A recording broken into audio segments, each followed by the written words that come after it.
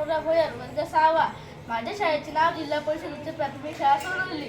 माझ्या बोधकथेचे नाव माकड आणि मगर. एका नदीच्या काठावर एक जांभळाचं झाड होतं. त्या जांभळाच्या झाडावर एक माकड होतं. एके दिवशी त्या नदीतून एक मगर आला आणि माकडाला म्हणाला, अरे मित्रा, माझ्या बायकोने तुला घरी छान छान पदार्थ खाण्यासाठी बोलवले आहे. छान छान पदार्थाचं नाव ऐकून माकडाने तोंडाला पाणी सुटले. माकडाने झाडावरून टुमकून उडी मारली आणि मगराच्या पाठीवर बसला आणि ते दोघेही निघाले. जेव्हा ते दोघे नदीच्या मधोमध आले तेव्हा मगर माकडाला म्हणाला, अरे मित्रा, मी तर तुझ्याशी खोटं बोललो होतो. माझ्या बायकोने तुझं हृदय खाण्यासाठी बोलवलेलं आहे. ती म्हणाली का तो माकड झाडावरची जांभूळ खाते तर त्याचं हृदय गोड असेल, म्हणून माझ्या बायकोने तुला बोलवलं.